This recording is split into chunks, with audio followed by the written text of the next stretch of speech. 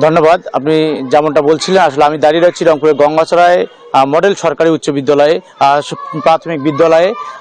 আমরা ইতিমধ্যে দেখতে পাচ্ছি স্কুল কিন্তু 9টা বাজার পর কিন্তু এখন পর্যন্ত খোলে নাই। এখন দেখা যাচ্ছে তারা কিন্তু স্কুল এসে খুলতেছে এবং শিক্ষকরা গতকাল থেকে বলতেছেন যে আজকে কমপ্লিট শাটডাউন হবে। আমরা এখন পর্যন্ত বাচ্চাদের মুখে শুনতে পারলাম যে গতকালকে কিন্তু মৌখিক পরীক্ষা ছিল, কিন্তু মৌখিক পরীক্ষা না হয়নি। আজও কিন্তু মৌখিক পরীক্ষা রয়েছে, কিন্তু এখন পর্যন্ত আমরা যেটা দেখতেছি বাচ্চারা কিন্তু উপস্থিত রয়েছেন, কিন্তু কোনো শিক্ষক এখনও আমাদের চোখে পড়েনি। শিক্ষক পড়েনি এবং আপনি জানেন যে শিক্ষকদের 11তম গ্রেড সহ 3 দফা দাবিতে বাস্তবায়ন দাবিতে পরীক্ষা কিন্তু বর্জন করেছে সহকারী শিক্ষকরা এবং হুঁশিয়ারি দিচ্ছে যে এখনও কিন্তু তারা কঠোর শাটডাউন চালিয়ে যাবেন বলে তাদের কথা বলিয়েছেন। আমরা তাদের সঙ্গে কথা বলেছি। আসলে সরকারি প্রজ্ঞাপন যে জারি একটা হয়েছে, সে জারিকে তারা বলতেছে আমাদের দাবি বাস্তবায়ন না হওয়া পর্যন্ত না হলেই আমরা এই কমপ্লিট শাটডাউন চালিয়ে যাব। একই খবর জানতে আমরা চলে যাচ্ছি চট্টগ্রামে নয়ন বড় জয়ের কাছে।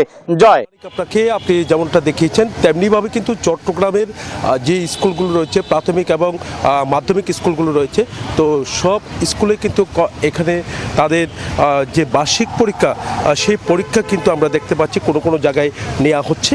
তবে তাদের যে দাবি, সেই দাবিতে তারা এখনও পর্যন্ত অনড় রয়েছে। তারা যেমনটা জানিয়েছেন যে তারা যেহেতু 3 দিন ধরে তারা কোনো পরীক্ষা নেয়নি, তবে আজকে থেকে তারা পরীক্ষা নিচ্ছে এবং শিক্ষার্থীরা পরীক্ষা দিতে এসেছেন। যেহেতু বার্ষিক পরীক্ষা অভিভাবকরা চাপাচাপি করছে তাদের যে অনুরোধের প্রেক্ষিতে, কিন্তু তাদের দাবিতে তারা অনড় থাকলে কিন্তু আমরা দেখতে পাচ্ছি তারা পরীক্ষা নিচ্ছে বলে আমাদেরকে জানিয়েছেন। তবে এখানে যারা বার্ষিক পরীক্ষা যারা শিক্ষার্থীরা এসেছেন, তারা যেমনটা জানিয়েছেন যে এখানে 3 দিন ধরে তারা কিন্তু কোনো পরীক্ষা দিতে পারেনি। তবে আজকে থেকে আমরা দেখতে পাচ্ছি কোনো কোনো জায়গায় পরীক্ষা দিচ্ছেন এবং কি অভিভাবক যারা আছে তারাও কিন্তু কিছুটা খুশি আমরা দেখতে পাচ্ছি। কোনো কোনো প্রাইমারি স্কুলে আমরা দেখতে পাচ্ছি তারা পরীক্ষা এর আগে কিন্তু তারা পরীক্ষা নিয়েছে। আজকে থেকে তারা কর্মবিরতি যে একেবারে শাটডাউন কর্মসূচির যে ঘোষণা, সেই ঘোষণায় কিন্তু তারা অনড় রয়েছে বলে আমাদেরকে জানিয়েছেন। এখানে শিক্ষক যারা আছেন তারা বলছেন যে তাদের যে